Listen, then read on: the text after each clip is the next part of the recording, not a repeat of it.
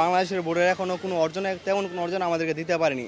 তারা দিয়েছে আমরা শুধু বুক ভরা দুঃখ আর বেদনা। বিশ্বকাপ মঞ্চে বলুন বা এশিয়া কাপে আমাদের কোনো ব্যক্তিগত বা জাতীয় অর্জন নেই। বাংলাদেশের ক্রিকেটের যদি উন্নতি চাই, আমরা বাংলাদেশের সার্বিক উন্নতি চাই, তাহলে তাদের হাত দিয়ে আর ক্রিকেট চলবে না। এটা তাদের মানতে হবে এবং বুঝতে হবে। তারা অন্ধ এবং কানে শোনে না, তো এইসব লোকের তো কথা বলে লাভ নেই।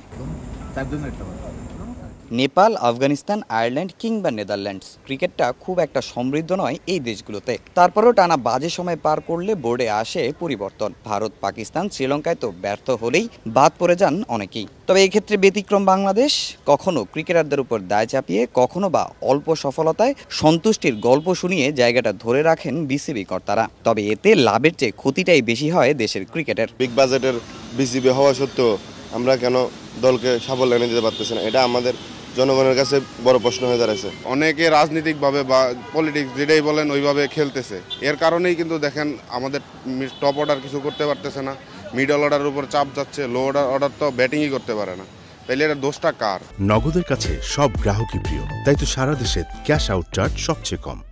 2000 সালে টেস্টের মর্যাদা পায় বাংলাদেশ। প্রায় এক যুগ বিসিবি সভাপতি হিসেবে আছেন বর্তমান ক্রীড়ামন্ত্রী নাজমুল হাসান পাপন। তবে অনূর্ধ্ব-19 বিশ্বকাপ আর নারী এশিয়া কাপ জিতলেও পুরুষ সিনিয়র ক্রিকেটে তার নেতৃত্বাধীন বোর্ডের প্রাপ্তির খাতায় শুধু একটাই ত্রিদেশীয় সিরিজের ট্রফি। আর তা নিয়েই গলাবাজি বোর্ড কর্তাদের। প্রত্যেকটা বোর্ডেই সব জায়গায় আপনার চেঞ্জ হয়, 5 বছর 2 বছর 3 বছর পর বোর্ড কর্মকর্তা চেঞ্জ হয়, কিন্তু আমাদের দেশে এটা চেঞ্জ হয়নি। এখন প্রায় বিগত 10 বছর 15 বছর ধরে পাপন দা আছে। উনি পাপনের কারণে একটা দলীয়করণ, আত্মীয়করণ আমাদের ক্রিকেটের মাঝে ঢুকে গেছে। প্রতি বিশ্বকাপ ব্যর্থতার পরই দেশের ক্রিকেট প্রেমীরা দাবি তোলেন বোর্ডে পরিবর্তনের। গণমাধ্যমেও এ নিয়ে হয় অনেক চর্চা। সাবেকরাও বোর্ডের বিপক্ষে জানান মতামত, কিন্তু এতে কাজ হয় না কখনো।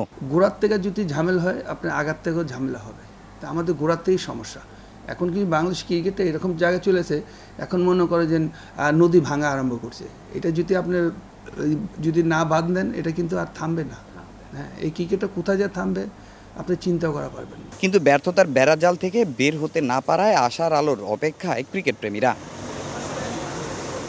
বিশ্বকাপ আসে, বিশ্বকাপ যায়, বড় দলগুলো তো সাফল্যই পায়। আবার আফগানিস্তানের মতো অনেক দলের খেলায় উন্নতির প্রমাণ থাকে স্পষ্ট। কিন্তু এত বছর ক্রিকেট খেলেও বাংলাদেশেই একই জায়গায়। শক্তিশালী ক্রিকেট অবকাঠামো তৈরিতে ব্যর্থ নীতি নির্ধারকরা এভাবে আর কত?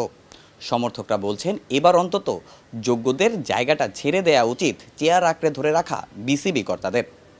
মিরপুর শেরে বাংলা ক্রিকেট স্টেডিয়াম থেকে তামিম হোসেন, সময় সংবাদ, ঢাকা।